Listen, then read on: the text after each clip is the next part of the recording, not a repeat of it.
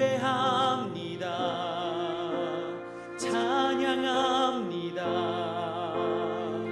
주님만 날 다스리소서. 예배합니다. 찬양합니다. 주님 홀로 높임 받으소서.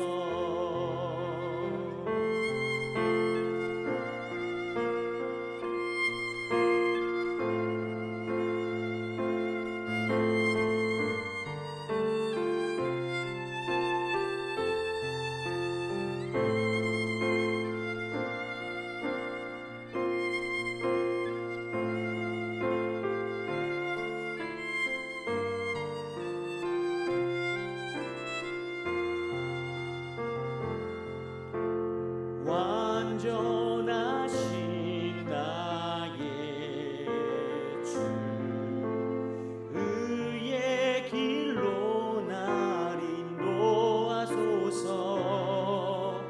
행하신 모든 일 주님의 영광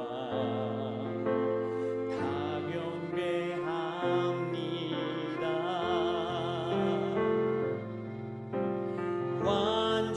완전하신 나의 주, 의의 길로 날 인도하소서.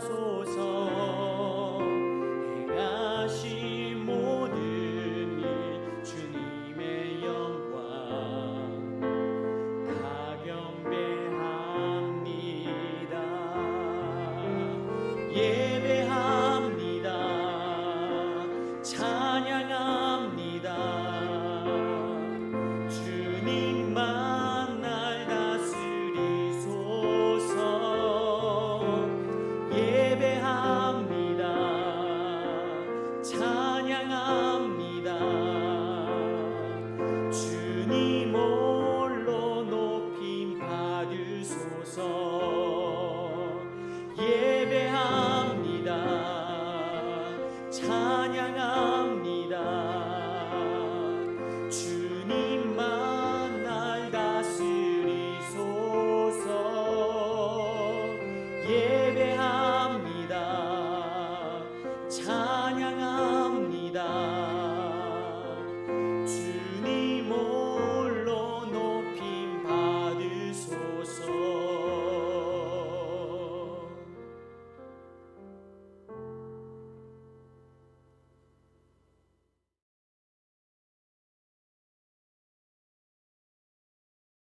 샬롬. 오늘도 아침 묵상으로 주님과 함께 동행하는 주님의 모든 성도들 위해 하나님의 은혜의 복이 충만하시기를 소원합니다.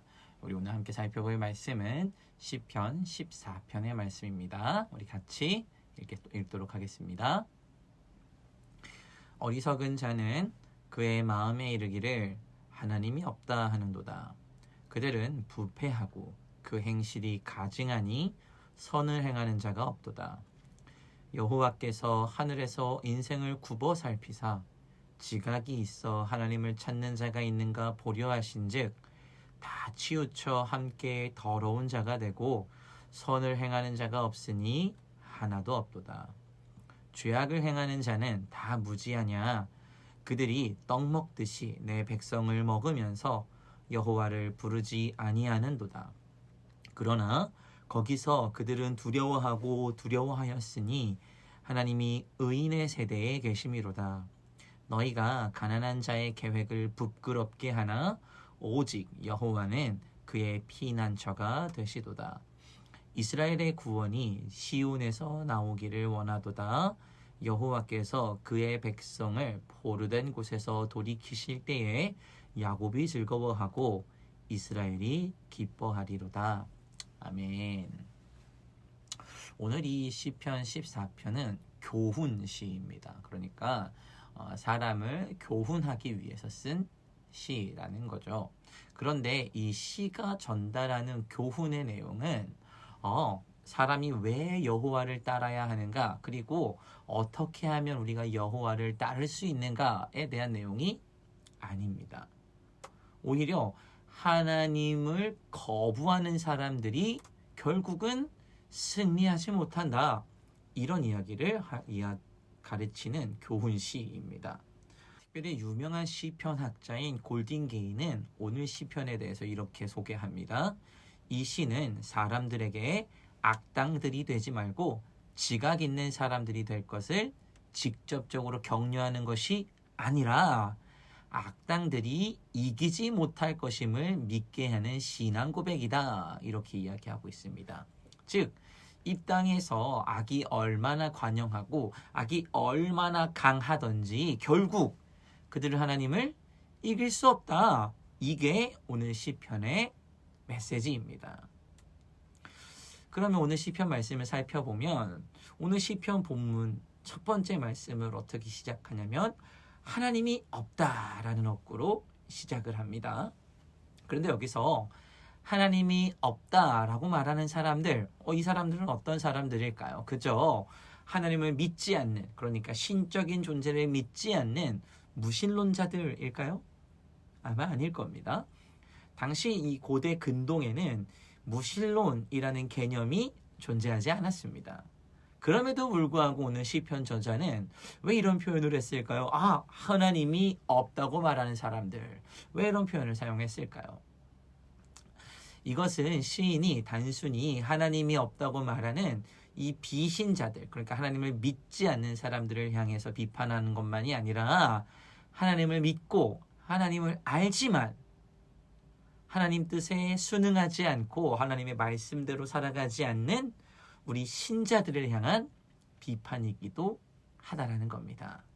사실 그래서 오늘 이 시편에서 소개하는 어리석은 사람, 이 어리석은 사람은 이런 사람인 겁니다. 하나님을 잘 알고 있습니다. 머릿속으로는 하나님을 다 이해하고 있습니다. 그러나 삶은 하나님을 따라가지 못합니다. 말씀대로 살아가지 못합니다. 이런 사람들을 향해서 오늘 시편 저자는 어리석은 사람이고 이 어리석은 사람들을 통칭해서 하나님이 없다고 말하는 사람들이라고 표현하고 있는 것입니다. 특별히 오늘 이 시편 저자는 어리석은 자라는 단어를 어떤 단어를 사용했냐면 나발이라는 히브리어를 사용했습니다. 이 나발이라는 단어 말고도 어리석다라는 뜻을 표현할 수 있는 히브리어는 많이 존재합니다. 그런데 왜 굳이 나발이라는 단어를 사용했을까요? 이 나발이라는 히브리어는 절제 훈련이 안 된 사람이라는 의미를 가지고 있는데 이 나발이라는 이름을 가진 성경 인물이 존재합니다. 사무엘상을 살펴보면 나발이라는 사람에 대해서 아비가일의 남편이라고 소개를 하는데요. 사무엘상에 등장하는 이 나발의 모습을 우리가 한번 살펴봤으면 좋겠습니다. 사무엘상 25장 3절입니다. 같이 읽겠습니다. 그 사람의 이름은 나발이요 그의 아내의 이름은 아비가일이라. 그 여자는 총명하고 용모가 아름다우나 남자는 완고하고 행실이 악하며 그는 갈렙 족속이었더라. 아멘. 이 나발과 다윗 사이에서 어떤 일이 벌어지나요? 다윗이 나발에게 찾아옵니다. 근데 이 나발이라는 사람이 당신 누구냐? 나는 당신이라는 사람을 모른다. 나는 당신의 아버지도 모른다. 나는 당신이 누군지 모른다. 라고 이렇게 다윗을 향해서 이야기하는 사람입니다. 지금으로 따지면 어떤 겁니까? 여러분 당시 다윗은 어떤 사람이었어요? 골리앗을 이겼던 전쟁 영웅입니다. 나라를 구한 구국의 영웅이죠. 온 이스라엘 사람들이 다윗의 이름을 알았을 겁니다. 그런데 나발은 그를 향해서 나는 당신을 모른다 라고 이야기하는 거죠. 그 말은 뭐냐면 장차 왕이 될 이 다윗을 향해서 나는 당신이 누군지 모릅니다 라고 이야기하는 겁니다. 그러니까 오늘 시편의 저자가 말하는 이 어리석음의 수준이 어떤 수준인 거예요? 이 나발의 수준의 어리석음인 겁니다. 모든 사람이 알고 있는 사람입니다. 그런데 나발은 그 사람을 몰라요. 오늘 시편의 저자도 그렇게 고백합니다. 하나님을 모른다고 말하는 사람들, 하나님을 없다고 말하는 사람들, 그 사람들은 이 나발처럼 어리석은 사람이다 라고 이야기하고 있는 겁니다. 여러분 이 왕께서 우리에게 주신 말씀과 명령이 있습니다. 그리고 왕의 사자가 우리에게 그것을 요구합니다. 어떤 것을 요구합니까? 너의 주인은 나야. 내가 너의 주인이야. 그런데 어리석은 사람들은 뭐라고 고백합니까? 당신은 누구십니까? 나는 당신을 알지 못합니다. 하나님이 어떤 분이십니까? 나는 하나님을 알지 못합니다. 라고 이야기하면서 절제의 훈련이 되지 않으니까 왕이 누군지도 모르고 자신의 욕심을 따라서 살아가기 시작합니다. 나발 같은 삶을 살기 시작하는 겁니다. 욕심을 따라 살아가다 보니 어느새 하나님은 사라지고 없습니다. 자신만 남아있는 거죠. 오늘 시편의 저자는 어리석은 사람이라는 이 한 단어를 통해서 오늘 우리에게 이야기하고 있는 겁니까? 하고 있는 겁니다. 당신은 어리석은 사람입니까? 하나님이 없다고 말하는 사람입니까? 왕이 누군지도 분별하지 못하는 사람입니까? 이것이 어리석은 사람입니다. 이렇게 우리 시편의 저자가 우리에게 전달하고 있는 겁니다. 그러면서 오늘 시편의 저자는 이 어리석은 사람들의 주장에 대해서 이렇게 반박합니다. 하나님이 없다라고 말하는 사람을 향해서 우리 하나님 어떻게 하십니까? 오늘 본문 2절의 말씀입니다. 하늘에서 인생을 굽어 살피사 지각이 있어 하나님을 찾는 자가 있는가 보려 하신즉. 세상의 사람들 그리고 하나님을 믿지만 그 뜻대로 살지 않는 사람들을 향해서 뭐라고 고백합니까? 실질적으로 이 땅의 주인은 하나님이시고 이 하나님께서 인간의 행동의 옳고 그름을 계속해서 살펴보고 계시다. 너희는 없다고 말하지만 하나님은 실제하고 계시다. 이렇게 반박하고 있는 겁니다. 하나님이 없다고 말하지만 하나님 분명히 살아계시고 우리 하나님께서는 어리석은 사람들의 행동을 다 지켜보고 계시다. 오늘 시편의 저자가 이렇게 고백하고 있는 겁니다. 어리석은 사람들은 하나님이 없다라고 이야기합니다. 그러나 하나님께서는 뭐라고 얘기하십니까? 선을 행하는 자가 없다라고 이야기하십니다.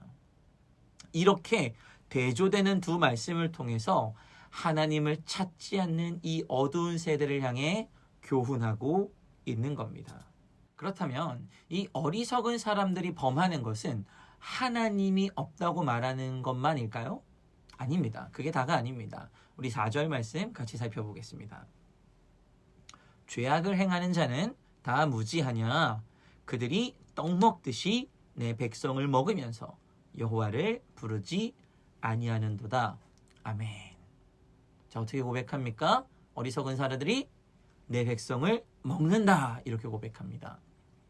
이 백성을 먹는다라는 표현도 어디에 나오냐면 선지자 미가가 이런 고백을 하는데요. 이스라엘 지도자들에 대한 심판을 이야기할 때 그들이 하나님의 백성을 삼켰다. 이렇게 이야기합니다.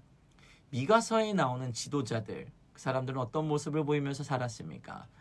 가난한 사람들을 핍박하였고 정의와 공의를 세우지 않았습니다. 즉 하나님의 말씀이 없다라고 말하면서 이스라엘을 지도하고 있었던 겁니다. 그러면서 자신들의 인생에 중요한 것, 그건 무엇이다? 오로지 자신의 인생의 유익만이 중요하다라고 말했던 사람들을 향해서 우리 하나님 뭐라고 심판하십니까? 내 백성을 삼켰다. 이렇게 표현하고 있는 겁니다.